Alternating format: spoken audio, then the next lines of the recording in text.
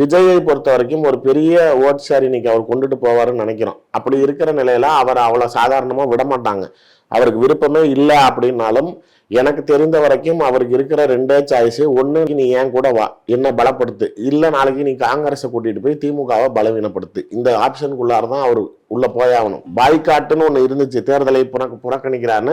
But இந்த கட்சி சின்னம் அவருக்கு கிடைச்ச பிறகு ஏதோ ஒரு கிரீன் சிக்னல் கொடுக்குறாங்கிற ஃபேக்டர்ல அவர் பாய்காட் பண்ண மாட்டார், பொது சின்னம் வாங்கிட்டு. அப்ப நாளைக்கு நிக்கிறாருன்னு முடிவாயிருச்சு. யாரோட நிக்கிறாரு? இப்ப நம்மளால அஷூரன்ஸ் கொடுக்க முடியுமா பிரைம் மினிஸ்டர் ப்ரோக்ராம்ல விஜய் ஏற மாட்டாருன்னு? யார் வேணாலும் எதிர்பார்க்காம கடைசி நேரத்தில் விஜய் மேடை ஏறுவதற்கு அதிக வாய்ப்புகள் இருக்கிறது.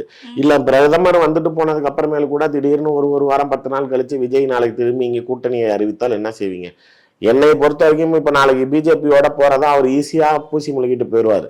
நாளைக்கு திமுக பிஜேபியோட கூட்டணி வைக்கலையா, நாளைக்கு எனக்கு திமுகவை வீழ்த்தணும், அதுக்காக நான் இங்க கை கோர்க்கிறேன், எனக்கு ஒன்றும் பிரச்சனை இல்லை, நான் அதனால செய்யறேன், நாளைக்கு திரும்பி அவர் ஸ்டாண்டை மாத்தி பேசிட்டு போனால் திமுகவை விஜய் கடுமையாக சாடிய விட அந்த அந்த டைலாக் என்னென்ன திமுக திட்டினான்னு கேட்டா நான் ஒரு 10 டைலாக் சொல்லுவேன், ரொம்ப ஹார்ஷான ஸ்டேட்மெண்ட்ஸ்.